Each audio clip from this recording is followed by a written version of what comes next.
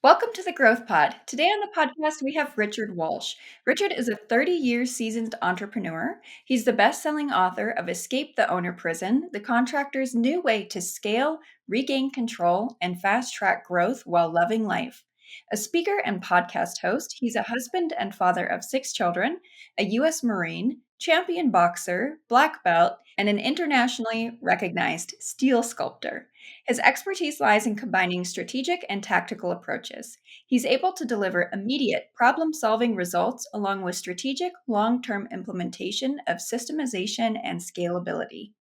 With over 30 years in business, Richard has embraced time compression and now shares the secrets and strategies that bring rapid, lasting results to the companies he works with. Richard, welcome to the podcast. Thanks, Angela. Great to be here. Appreciate it. I'm very excited for our conversation today. You're going to share how we can escape the owner prison. But before we get started, can you share a little bit about what the owner prison is and how do you know if you're trapped inside it? You bet. Yeah, it's something I came up with after being trapped in it for 20 years. So the title wasn't easy, but figuring out what it really is, Angela, is you run the business, you start a business, you're doing great. We all know when you start a business, you work very hard. Okay. And I have not found a way out of that. Okay. From the very beginning, you're going to work a lot of hours. You're going to put in a lot of time. You're going to wear a lot of hats. The problem is, and here's where the prison part comes in. After the first 2 years, you kind of get stuck in the 2 years. So you might be 10 years in, but you repeated the first 2 years 5 times. So you're never able to get out of it. So if you don't show up and turn the lock, open the door, the business doesn't start. If you don't make sure the accounting's done, if you don't send out the invoices, if you don't go get the receivables, if you're not collecting the money, if you're not making sure the guys are doing the work right or showing them, that's being trapped in the owner prison. You're making money better than if you're an employee, but you're not able to make more. You're not able to scale. So you kind of just keep turning the wheels and you don't make any progress. You're not gaining more market share, things like that. So that's what being trapped in the owner prison is. And what happens is it takes all your time. So the prison is really because you can't spend time with your family, you can't spend time with your friends, you can't work out, you can't do anything except your business. And that truly is the prison. Awesome. So you said that when you're trapped in the owner prison, it's robbing you of your time. So what's the reason behind why our businesses may rob us of our free time while producing little profit? So let's look at this. Money is replenishable. I can always make more money. Making money is the easiest thing you can do in business. Absolute easiest thing. It's everything else that's hard. Time is irreplaceable. If your son or daughter is in a soccer game, it's a championship game, and you can't be there, and your son or daughter scores that winning goal, you're never going to see that. You're never going to be there. You're not going to be. They're not going to look in the stands and look for you for that cheering, that sense of pride and everything else. You're going to miss that. That's time. Okay, money, go make more money, no problem. And that's what it robs you of. So it robs you of that time because you got to be at work. You have to make sure the guys are getting stuff done. You have to deliver this. You have to complete these tasks. And that's what really happens. That's why your time is it's such a valuable commodity. We've all got the same amount, but who really gets to use it to its fullest? Yeah, exactly. So when you see a business owner building up their business and it starts robbing them of their time, why do you see, or what are some of the most common reasons that you see for the business robbing them of their time? Well, it's a lot of guys are trying to get to next Friday. Okay, they're trying to make payroll because that's one of their biggest drains, right? They got 6, 10, 15 people working for them. Well, people want to be paid for what they do. And now you're out, I got to collect this check. I need to draw a check on this. I've got to make sure I get paid on this so I can meet payroll. So it's that vicious cycle that keeps going around and around. And if they go home and they try to enjoy themselves, they can't because that's all that's on their mind. It's that worry. And they can't give themselves to anybody else except the business. And that's a bad place to be. Yeah. So you're saying that even when you aren't necessarily physically present and working on the business and you're at home, it could still be a mental drain and you're not present in your life. You're still thinking and the business is wearing on you. And so not only is it taking a lot of your time to make the business work. So for your example, you can make payroll, but you're also spending all of your free time thinking and worrying about the business. Exactly. And now it's even worse with phones, direct communication. I mean, it just makes things even worse. Yeah, so that separation is so difficult. Even as an entrepreneur, even if you have your business really dialed in and you have freedom, we can't turn it off. That's just a reality.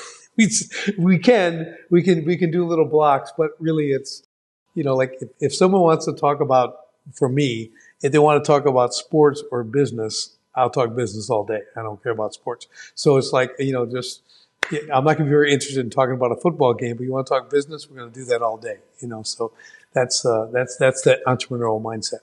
Yeah, I think many people can relate to that. I certainly can. I want to go back to what you mentioned just now, which is freedom. You talk a lot about freedom, profit, and impact in business. Can you share a little bit about how we can go about creating each of these items in our business? Yeah. So let's start with freedom. We all got into business because we're going to work for ourselves and we're going to be free and we're going to make our schedules and we're going to make as much or as little as we want. Life's going to be just grand. We're going to have kids and do whatever, and travel the world and all that. And pretty much none of that happens. Okay. Because we're all stuck in what we already talked about, right? So the freedom part comes from what we usually do. We start with what's called a strategic vision. We create really where the business is going to go and how we're going to get there. And that really it's three things. It's automation, delegation, and elimination. It's three things that we do. We want to automate as much as we can. We want to delegate all the other stuff. We want to eliminate any redundancies and stuff that's just slowing us down, right? And now we start to create freedom because when we've delegated, when we have the courage to let go, put the hammer down, let someone else do that. Yes, they might not be as good as me, but they're almost as good as me, and the clients don't know the difference. So we need to let them do their work and let them get better. That's when the freedom comes. Now we can step away. Now we can miss 3 days. Start with 1 day and then now a week and 2 weeks. Now we have freedom. Now I can show up at 7 a.m., leave at 9:30, and everything's okay. The business is fine without me all the rest of the day. That's freedom. I get to choose when I want to do something, right? So I have it planned. I can put in my time at work that I need to, and I got to try to minimize that. And a big part of that, Angela, is focus on what we call your 5%. That's the 5% of the business that only you can do as an owner, a founder, a visionary. Because there's certain things that you can delegate a lot of stuff, but certain like growth trajectory, right? The actual vision, what you actually want to accomplish, that's for you. And if you have to do all the day-to-days all the time and you're strapped to that, you'll never get to approach your vision and make that happen. But when you can, it's a beautiful thing, and there's freedom in that as well. I love that. And then how does this concept of freedom also relate to profit and impact in your business? So when so think now you show up for 2 hours in the morning to do your work, you leave, you've delegated, you've automated, you've eliminated, things are going. So without even like planning it, you become more profitable because you've streamlined, you're automated, you understand costs, you've got everybody working on everything when it used to be you. And there's a lot of things it's easy to push to the left of the desk and ignore, like taxes and silly things like that, right? So now once all that's being attended to by real people who like that's their job and they're probably a lot better at that than you, that's where the profit starts to happen. And then you go back to your freedom and that focus on the vision. Now you can look at new markets. Now you can look at growth. What else can we do? Where can we go? Because you've got the mind space and the time for that, right? Now, when you take those two and you got that going, what's left? The impact. Now you can really go, okay, I'm making a lot of money. I've got freedom. What am I going to do with this? I'm not just going to, stuff it in the mattress, right? How am I going to make my people better? How am I going to make them better people? Not just better, better competency, but literally like help them elevate themselves as people because they take that home to their families and their families get that and then they take it to the community. And then next thing you know, you're affecting people way, way beyond your business. And that's the impact part. I really love how you're bringing that concept of impact into the business because I'm a firm believer that your business doesn't just stop with you and your employees. You can go and have this greater impact in the world. So, when you are working with entrepreneurs and business owners and founders, how do you advise them to bring that in? Is that something that you create in that vision that you mentioned, where you're going here and this is the impact you'd like to make? Or is that something that sort of naturally evolves and grows over time? I don't think it naturally evolves. It's got to be intentional. So the strategic vision is what it is. Now I'm going to keep it because it's a very detailed thing, but it's basically your customer journey from the first call all the way to the final outcome. But it's how everybody in your company fits, how they're the hero and they're part of the journey. And again, once you do that and you get everyone moving towards a vision, because we do what's called future casting. So we write this vision that's going to be fulfilled 18 to 24 months from now. Not what we're doing now, what we want to do. So now everyone is working towards achieving that. Right? So everyone's on the same page and everyone knows exactly why they matter. Right? And when they know why they matter, when they know they have purpose, because that's what they're looking for in work. Everyone wants to be paid well, but that's number 3 in the list. They want purpose. They want quality feedback. Hey, recognition. Am I doing a good job? What's going on? Then the money. Everyone wants money, but again, those other things are more important. So when they're able to drive with that purpose as a company, that's what changes your company culture. Because you hear a lot of the cliquey, it's company culture, but no one says how to do it. And that's how you do it. And again, that's what moves that. And even a lot of times what happens when that culture tightens in the business, you actually go to your people and say, well, you guys got something you're really passionate about? Maybe there's a local charity. Maybe there's something else that we can now contribute to and make a difference right where we're at instead of the big vision, right? So now they're all part of it. They've got kind of buy-in on all that. And that's really how you start to move the impact aspect of your business. And they know it through the strategic vision. It's written in there. We do this because and so that we can do this. And a percentage of this goes to this. And they know what it is. That is really impactful. I've worked with a lot of startups who seem to have this type of impact element, but then once it starts getting to, they've scaled and they're considering selling the business or doing an IPO, that's the first thing that gets cut. So, what would your argument be for keeping that impact core as a core element to the business? I think when you look at selling a business, okay, and people come in, I know some people have sold very large companies and they didn't want to expand anymore.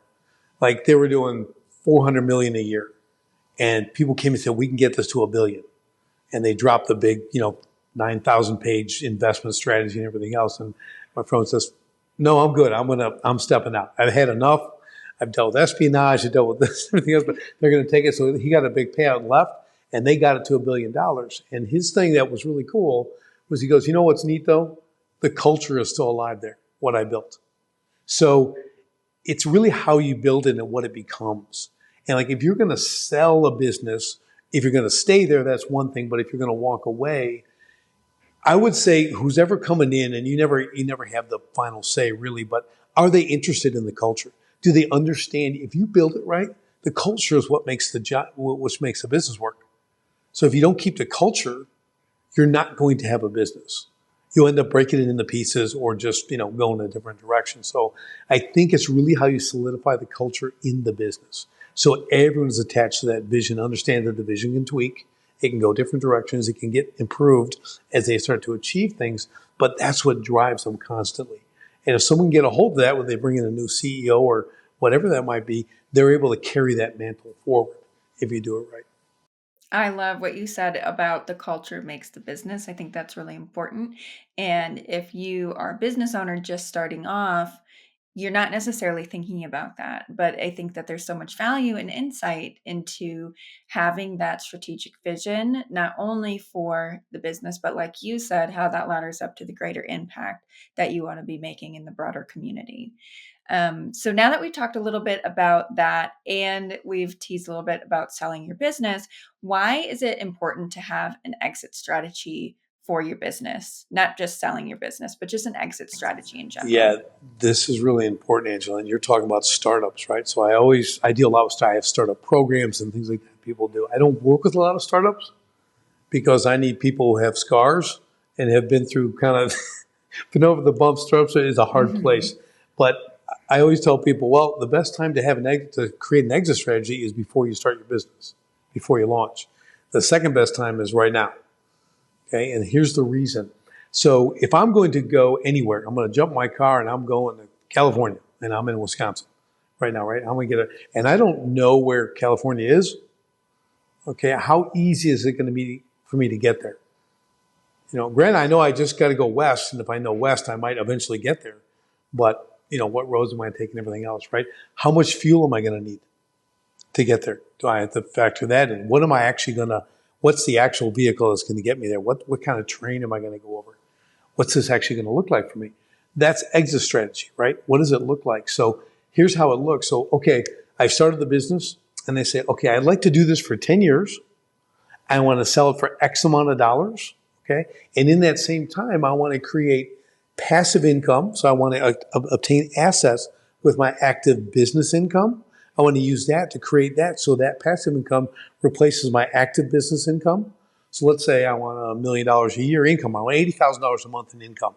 I want to replace that from my active business income. Well, what do I have to do? Well, I got to plan all that out, right? Well, I got to buy 3.5 houses a year, single family. I got to get this much commercial property. I can buy this, whatever my investment strategies are. Okay, now I know what I have to do for that. I'm starting to get the plan. Now I understand. And I don't know if you ever heard of Parkinson's law. Parkinson's law is money. If it doesn't have a place to go, it will evaporate. So let's say, Angela, I just gave you 100. Hey, you're awesome, Angela. Here's 100. And you put it in your purse, whatever. Then you go to lunch and you take a friend out. And next thing you know, the 100's gone and you don't know what you did with it.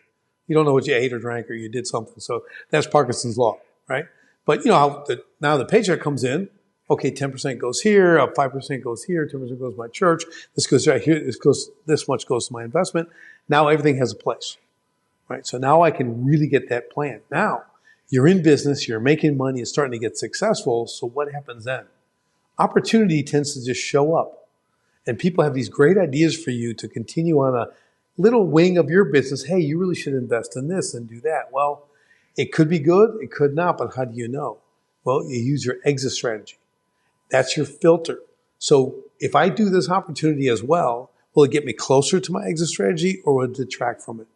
If it detracts from it, I have to say no. If it gets me closer, I can say yes. Right? So it becomes an incredible business filter to keep you laser focused on the end game. Because remember, an exit's temporary, really.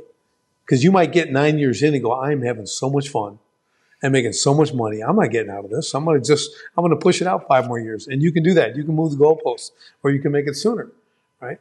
And the exit strategy, the other huge aspect of exit strategy is it makes you build a business to sell, which means you automate, you delegate, you eliminate, you do full systemization. You have a business that can run itself because the exchange you want at the end when you sell, someone approaches you, they want to buy it, they give you your number, they write a check, they hand you the check, you shake their hand, you're out the door, they're in the door, no one even knows the business sold because it's run so well. Because no one's coming in to recreate your business, right? That's what exit strategy does. It's such a massive component to running a good business. When it's there, it's like everybody knows where it's going. It's pretty awesome. So from an ownership standpoint, it is just the problem is we all want to do it. And next thing you know, 10 or 15 years goes by and you haven't done it. So what'd you lose?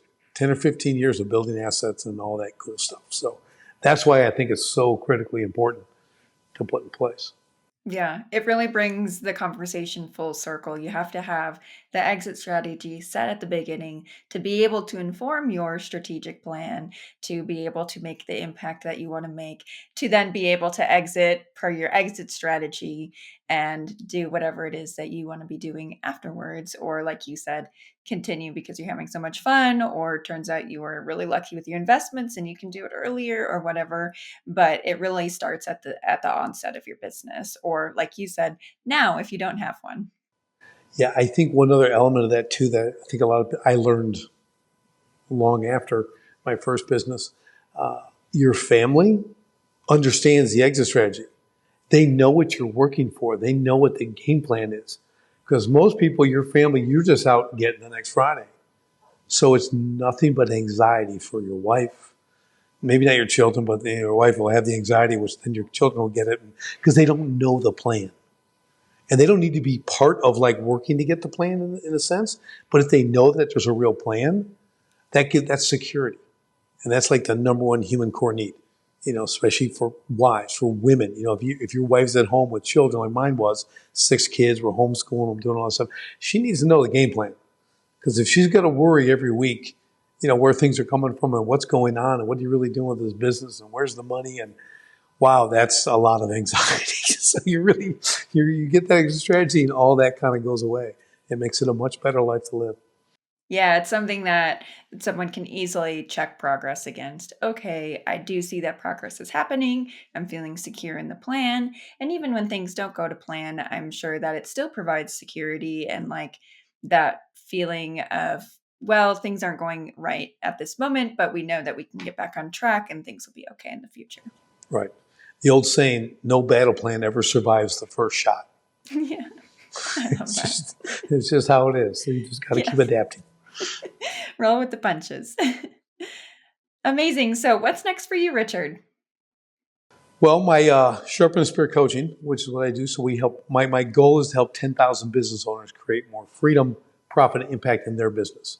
And like I was saying earlier, when you make people better, they take it home, goes in the community. Those 10,000 businesses enable us to affect millions of people. 10,000 is like a big number. I guess it's a big number. There's 32 million small businesses in the U.S., so 10,000 is really not that much. but if I can get all of them to do it the way that, like we're talking about, and they influence the family and the community, that changes things in a big way. So that really is my movement. That's the movement I created to make that happen. So that's really what's next for me. I got that on the horizon. It's going to be awesome. Amazing. And if listeners want to hear more about that or just keep up with you, what's the best place for them to do that? Probably sharpenthespiritcoaching.com. You'll get all the information on it. You can contact me. You can follow us. That'd be the best place to go. Awesome. That will also be linked in the show notes if you want to follow up after the episode. But Richard, thank you so much for joining us today. I really enjoyed our conversation and I got a lot out of it. Thank you, and it's been an honor to be here. I appreciate it, Angela.